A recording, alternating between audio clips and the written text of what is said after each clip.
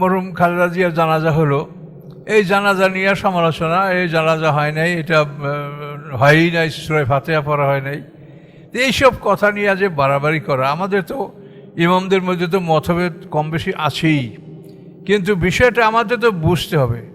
দেখেন, ইমাম আবু হানিফা রহমাতুল্লাহ তাকে ইমামে আজম বলা হয়, এটা তো শুধু আমরা বলি না, আমাদের সারা অন্যান্য সকল মযহাবের লোকরাই তাকে ইমামে আজম বলে। তিনি বিশ্বের সর্বশ্রেষ্ঠ বড় ইমাম।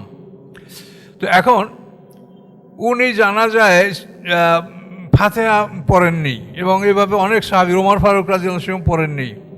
তো এখন এটা আপনাকে বুঝতে হবে যেটা কারণটা কি। কারণটা হলো সালাতুল জানাজা তো নামাজ না, এটা হলো দোয়া। নামাজ হলে তো রুকু সেজদা থাকতো, ওখানে কি কোনো রুকু সেজদা আছে? এই সালাতুল জানাজা, জানাজা মানে মৃতদেহ, কর্পস, এই মৃতদেহের জন্য দোয়া করা, এই জন্য আপনি দাঁড়িয়েছেন। সালাতুল জানাজা মৃত দেহের জন্য, মৃত ব্যক্তির দোয়া। তো এই সালাতুল জানাজা এটা কিন্তু অন্য নামাজ না।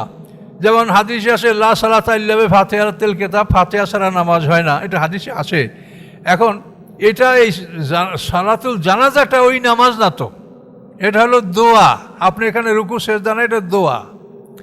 তাহলে আপনি যে দোয়া করবেন মৃত্যুর জন্য, মৃত ব্যক্তির জন্য দোয়া করবেন। আর সূরা ফাতিহাটা হলো জীবিত মানুষের জন্য। ইয়্যাকা না'বুদু ওয়া ইয়্যাকা নাস্তাইন, এর অর্থ কি? আমরা আপনার ইবাদত করি, আপনারই কাছে সাহায্য চাই। ইহদিনাস সিরাতাল মুস্তাকিম, আপনি আমাদেরকে সরল পথ দেখান। কোন পথ? সিরাতাল লাযিনা আন'আমতা আলাইহিম, যারা আপনার পুরস্কার লাভ করেছে তাদের পথ। যারা অভিশপ্ত, যাদের উপর আল্লাহর গজব হয়েছে, যারা পথ ভ্রষ্ট, তাদের পথ নয়। যেটা সম্পূর্ণ আমাদের জীবিত মানুষের জন্য। তা আপনি জানাজায় দাঁড়াইলেন মৃত ব্যক্তির দোয়া করার জন্য, আর নিজের জন্য দোয়া শুরু করে দিলেন। বলেন এটা কি যুক্তি আছে? ইমামে আজম যে লোকটা হয়েছে সেটা আপনার আমার মতো মানুষ না, সে এক মহাজ্ঞানী মানুষ, যার জন্য এই উপাধি আল্লাহ তাকে দিয়েছেন। খলিফা মনসুর তাকে জেলে ঢুকাইছেন, তাকে 30টা বেত্রাঘাত করা হয়েছিল। এই জন্য তাকে বলছিল যে আপনাকে এই জন্য আমি ক্ষমা চাই এবং 30,000 স্বর্ণমুদ্রা দান করবো। তা বন্ধু বলছে যে ও টাকা কোথায় পাবে? ওর টাকা তো জনগণের টাকা, ও আমাকে টাকা দেবে কোথার থেকে? শেষ পর্যন্ত ওনাকে বললেন যে আপনি চিফ জাস্টিস হন, প্রধান বিষয় কেন হলেন না, যে তোমার হুকুম মতো আমার তাহলে বিচার করতে হবে, আমি তো পারবো না। শেষ পর্যন্ত জেলে তাকে বিষ দিয়ে হত্যা করে আবু হানিফা রহমাতুল্লাহকে। এই ধরনের মানুষ তারা ছিলেন।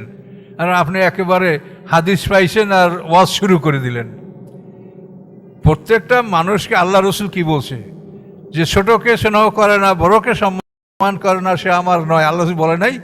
তা আপনারা এই বড়দেরকে দেখবেন না যে তারা কি করেছে? তাদেরকে আপনি শরিয়ত সম্মতভাবে সম্মান করবেন। আমি বলি না যে বড় হইলে আপনি শরিয়তের খেলাফ হইলেও করেন, তা তো না। তো এখন বিষয়টা বুঝতে পারছেন যে জানাজা হলো সালাতুল জানাজা, মৃত ব্যক্তির জন্য দোয়া। এটা আপনি দাঁড়াই আলহামদুলিল্লাহ পড়বেন, তাহলে আপনি নিজের জন্য দোয়া শুরু করে দিলেন মৃত ব্যক্তির জন্য দোয়া করতে এসে। কারণ এই জন্য বলা হয়েছে যে না, এটা পড়া হবে না। আপনি ওই জানাজা যেটা নিয়ম আছে, প্রথম তাকবীরে নিয়াত, দ্বিতীয় তাকবীরে সানাত, তৃতীয় তাকবীরে দুরূদ, তারপর শেষে দোয়া। এই দোয়ার ক্ষেত্রে আপনি যে দোয়া আছে সেটা পড়েন, আরও কোরআনে যত মর্দেগানের দোয়া আছে সেটা আপনি পড়েন, এটা আপনি পড়তে পারেন। কিন্তু আপনি শুরু করবেন দোয়া একজনের জন্য, তাকে বাদ দিয়ে আপনি নিজের জন্য শুরু করলেন, তাহলে এটা কী করে হতে পারে? এই জন্য ওনারা বলছেন যে ফাতিহা পড়া এটা হবে না, এটা নামাজের জন্য এটা, কিন্তু এটা সালাতুল জানাজা দোয়া। কাজে আপনি একজনের দোয়ার জন্য দাঁড়াইয়া নিজের জন্য দোয়া শুরু করে দিবেন, এটা তো ঠিক না। কথা বুঝতে পারছেন? এই জন্য এই বিষয়গুলি আপনাদেরকে বুঝতে হবে এবং ওনাদেরও বুঝতে হবে। ওনারা একটা হাদিস পাইলেই মনে করেন যে আমরা বাস পাইয়ে গেছি সব কিছু। হাদিস সহি হইতে পারে, নাও হইতে পারে, এটা ভালো মন্দ অনেক কিছু হাদিসের ব্যাপারে আছে। হাদিস আর কোরআন না যেটা আপনি মানে বিনা হিসাবে নিঃসন্দেহে আপনি পড়ে নেবেন। কাজে এগুলি সময় বুঝতে হয়। আর হাদিসগুলিকে খবর বলা হয়েছে। হাদিস কি? খবর। খবরের মতো হাতের, খবরের মশুর, খবর হয়। এটা আমি বলছি, মুহাদ্দিসিন যারা হাদিস সংগ্রহ করে তারাই বলছে এগুলা। তো খবর দ্বারা কোনো ইলমে ইয়াকিন হাসিল হয় না, খবর দ্বারা ধারণা।